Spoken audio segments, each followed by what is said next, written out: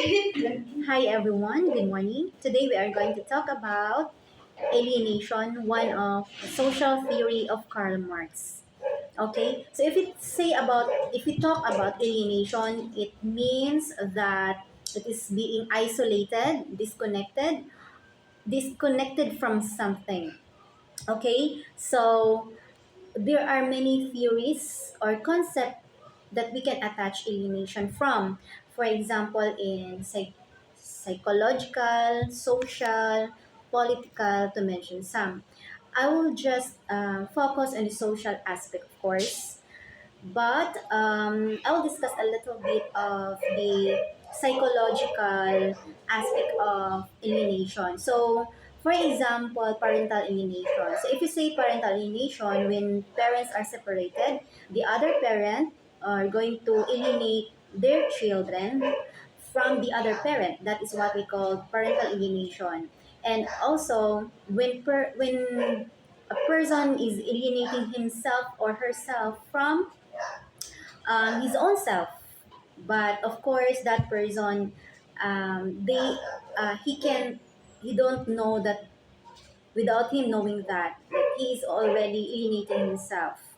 Um, for example, those who are highly intelligent individual, they tend to withdraw or to be they socially alienate themselves also. And of course, in our modern times today, in social media addiction, it is also one way of socially or personally alienating oneself because, for example, you steal that moment, that authentic, genuine moment.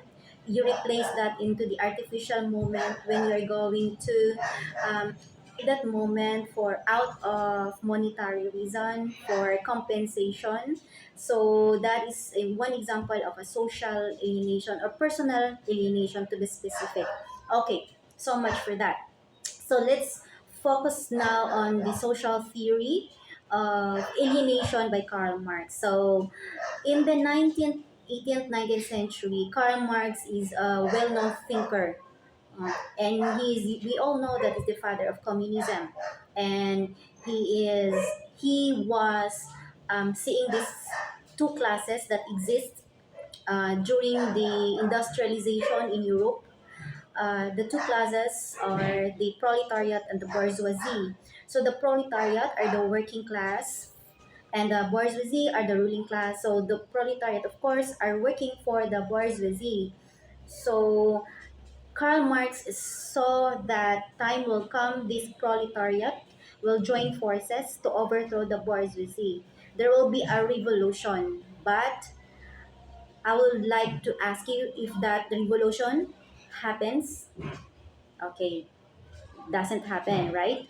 So there is also a critics or criticism of Marxism. Then let's proceed on to the fourth factors that Karl Marx is introducing about the alienation from the economic perspective because for Karl Marx there is no way for the politics to come in or the political perspective to come in when is in a classless society. He just focus society on economy, not on politics, because for him when there will be classless society, there will be equality. He believes in freedom. He's a humanist, a socialist uh, person. Um, he believed that society will reach the what we call utopia or a paradise or simply the equal society where there will be no rich and poor. So if that will happen through communism, the politics will not get in the way. No way the politics will come in because there will be no rules. I mean, there will be no one to govern because all are equal. Okay, so let's focus on the four factors because he only saw in the economic perspective. So as I mentioned earlier, there was bourgeoisie and the proletariat, of course.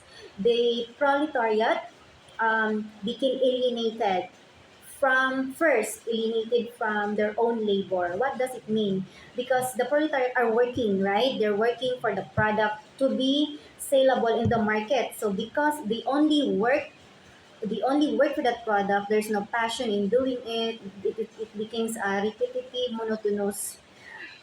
They will be alienated from the labor itself, from doing the labor. It's what we call karmas call that alienation from the labor itself. Okay, the second one is alienation from the product itself. What does it mean? So because proletariat already made that product, when that product becomes available in the market, even the proletariat cannot afford to buy the fruit of their labor. Even themselves cannot afford to pay because they are not getting much pay. Okay, then that's alienation. And the third one is alienation from other workers. Why? Because there is in the working condition there is a what we call competition already. There's no cooperation. So if there's no cooperation, workers are competing each other for compensation, right? So it's became an alienation. That's the third alienation from other worker. Then the last one is alienation from human potential. As human as we are social being. We are connected supposedly to each other. We need each other to survive, right? But in the fourth alienation, humans become robot, or humans became just a machine or a tool, an extension of a tool, so that the products will become a commodity, right? So when that happens, there is no joy in doing the labor. There is no passion, creativity, innovation that is going to happen. So the humans become not a social being anymore. So it hinders the human potential. That is what that is a Marxism. That's the last perspective of alienation. So from this, we can say that yeah, there are some who is being caught by this ideology of Marxism. For example, Lenin.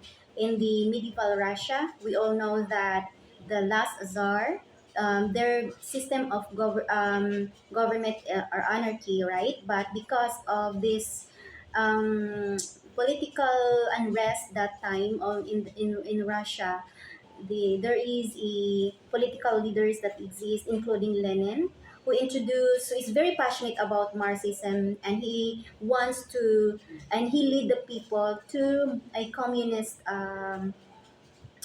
perspective. So what happened was, that's the end of the Tsar. This Nicholas II abdicate his throne, and then the Russia became a communist country, right? So yeah, and later, in a slow process, Russia became a democratic country eventually. But of course, there is a criticism about Lenin's. I mean about Marx, no, because the revolution that he predicted is not was not happening.